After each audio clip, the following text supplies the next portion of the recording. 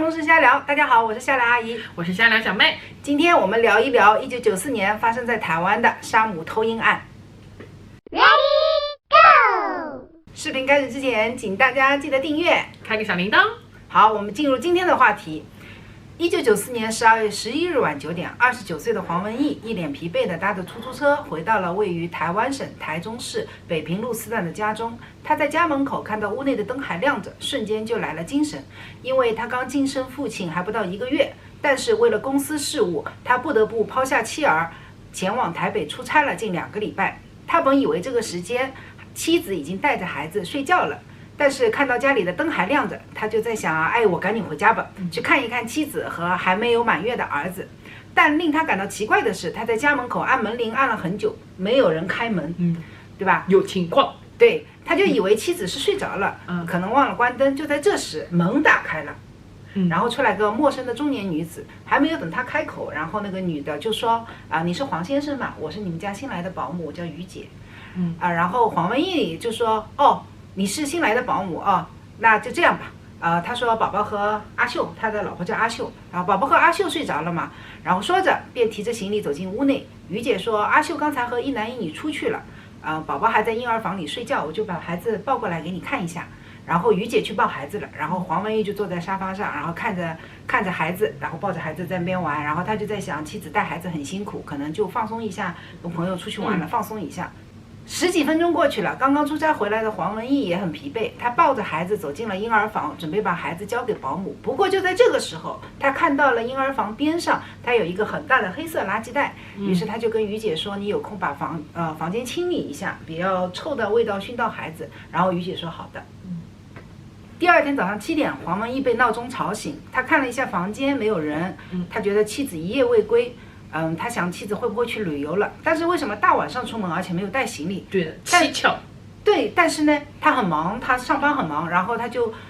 听到孩子在哭，然后他就看了一下孩子，然后7点30分的时候他就去上班了。然后因为工作太忙了，到晚上6点30分，傍晚6点30分，黄文义回到家中，看到家里一个人都没有，孩子也没有，保姆也没有，但是他看到保姆留下来一张纸条，上面写的是孩子下午有点发烧，就带孩子去看一位中医的朋友，然后去拿点药，但是什么时候回来，纸条上没有说明白。然后黄文义他心里觉得有点奇怪，但是他确实蛮奇怪的。但是他想想，这个保姆忠厚老实，看上去忠厚老实，而且又留了字条，没有什么坏心眼。你有坏心眼，你就而且90几年的时候也没有什么手机，没有手机，对，就是没有手机。然后黄文义上班上得很累，他就睡着了，直到临近深夜，于姐和孩子都没有回来。这个粗心的丈夫呢，直到现在他还没有发现有什么不一样，就是有什么奇怪的地方，他没有觉得，他只是自己管自己去睡觉了。心也是够大的啊，心够大的。后面还有，然后第二天于姐和孩子还是没有回来，黄文义呢就觉得这个可能是于姐带着孩子去他朋友那里拿完药之后太晚了，他就在那边睡觉了，就住宿了。他内心戏倒是也蛮丰富的，小孩子不在外面，他可以给小孩子已经在干嘛，在哪里都已经他自己想好是这样的，然后他就照常去上班了，然后照常又回来了，然后又自己一个人睡觉，他也不去找老婆，也不去找孩子，也不去找保姆，什么都不做，然后就自己睡觉。他的老婆和孩子。然后又过了1天，然后直到第3天，然后于姐还是没有回来，到凌晨1点多的时候，对吧？她不是按照她的又睡觉了嘛，然后到凌晨1点多的时候，王文义起来上厕所，然后呢，他就很奇怪，他就去婴儿房看一下保姆有没有回来，他就推开了婴儿房房门，然后一看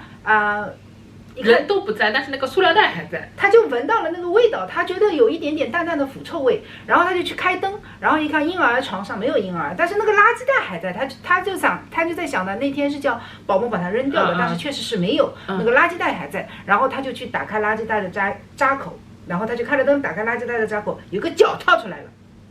然后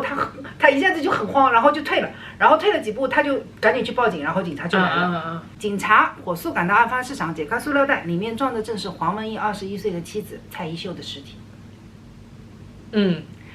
他全身被钢丝和胶带密密麻麻的绑着，头上还蒙了一条毛巾，双手是反绑在身后，这样反绑在身后。验尸后发现蔡一秀的头部有很多钝器伤，而且身上有明显的刀刺痕迹，看得出凶手是用极其残忍的方法把他杀害的。究竟是谁用这么残忍的方法把蔡一秀杀害的？盲猜一个阿姨。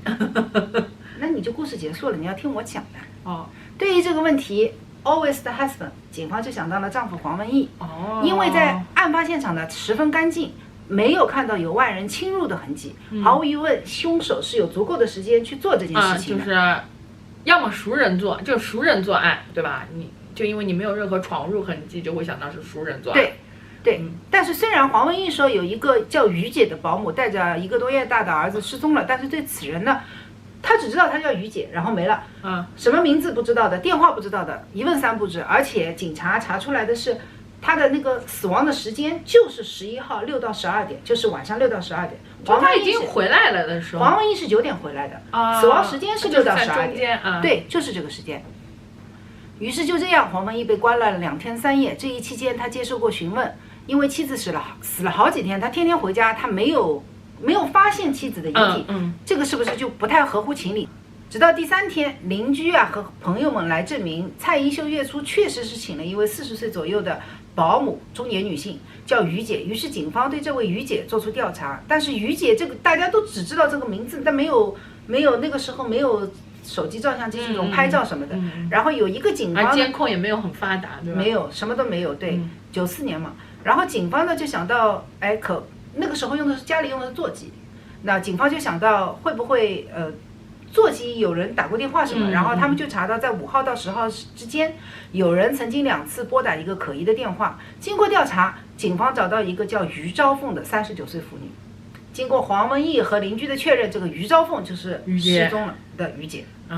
原来于昭凤她离过1次婚，和前夫有3个子女。2年前又嫁到了台北，新的家里想要一个孩子，但是于昭凤那个时候是37岁了，她无法生育，也做了很多努力，但是一直没有怀孕。她为了想讨得夫家人的欢心，在一次聚会上，她就头脑一发热，她跟人家说我怀孕了。她就骗她的家里人，但是呢，家里人也没有怀疑，丈夫对她还特别好。但是时间她是埋不了的。过了9个月的时候呢，她要生了，假装要生了，然后她就跟丈夫说她要去娘家，对，她要去娘家待产，然后丈夫也同意了。其实呢，她是想在外面抱一个孩子，因为要蒙骗过关嘛。对的。然后这个时候好巧不巧，看到了那个广告，就是蔡一秀发的，她要找一个保姆带孩子，而且小孩也正好不大，对吧？这刚生的，然后蔡一秀她没有经验，而且老公也不在，然后她好巧不巧就看到了那个广告，她就去了，然后她就跟人家说，我带过3个孩子，3个孩子都是我自己带大的，然后呢，现在是我有经验，我工资要求也不高，你只要包我吃包我住就可以了，我也没地方住，然后人家就让她进去了。开始的时候，她确实是对母子特别好，然后开始是想认真做事的，没有。他在对他好的同时呢，他就带那个孩子偷偷出去验血了。好巧不巧，那个孩子的血是 O 型，是跟那个于昭凤是一样的。好巧不巧，人家也是个儿子。你说要把那个一样血型的，又是个儿子的带回家，他夫家人不是很开心吗？那还就是他是出于有目的的对他们好。对，然后他觉得这个是上天注定的，好巧不巧，正好又是儿子，正好又是 O 型血，就是各种一切天注定。对。然后他就下定了决心要开始努力了，就是要把孩子带出去，要把孩子带出去。于是，在11号那天晚上，蔡一秀睡得迷迷糊糊的时候，他突然看到了于姐站在他的床边上。此时，蔡一秀发现已经被于姐给绑起来了。然后惊醒后，蔡一秀问他你要干嘛？然后于姐说于昭凤嘛，于姐说你能不能把孩子给我？孩子我来养的，我会对他像亲生的孩子一样的。然后他这个人其实心里是不饿的就是他其实只是想要一个小孩，但是他心里是不饿的，因为他把他为什么要小孩的这个过程他不能怀孕，还跟他讲了，他说你能不能就是把孩子给我，我真的会当亲生孩子养。但是21岁的那个蔡一秀他不肯第一他年轻，第二他刚生的孩子，然后他就说不行，小孩是妈妈身上掉下的一块肉。对，然后他不肯的话，于姐她就去厨房拿了个松肉锤，就是松肉的那种锤，肉排的那个锤。对，然后他就威胁他，那个蔡一秀还是不肯然后他年轻就是年轻，他一边说不肯，然后他一边捶他还一边嘲笑他生不出孩子，就是刺激他了，你知道吗？刺激他了之后，他就捶得更厉害，然后用水果刀刺了，然后直到把他刺死，他抱着孩子走了。这种时候就应该你拿去，然后到后面再找。对，故事发生到这里，其实很多人就是说，他并不是想杀害他的，他没有，但是不能同情他杀人了，你不能有共情，他杀人了，于是于昭凤就开始清理现场，她听到了门铃声音，她知道她老公回来了，然后她就一直没有敢开门，直到她确认完所有的东西都放在垃圾袋里都包起来，她才敢开门。这就是为什么她老公刚开始的时候按门铃没有人开，其实是在干活，就是真的是一墙之隔，一墙之隔。然后那个1天2天，不是于昭凤还在那边带孩子吗？她老公一直问她，哎，秀秀怎么还没回来？她总归会想一个办法把她搪塞过去的。然后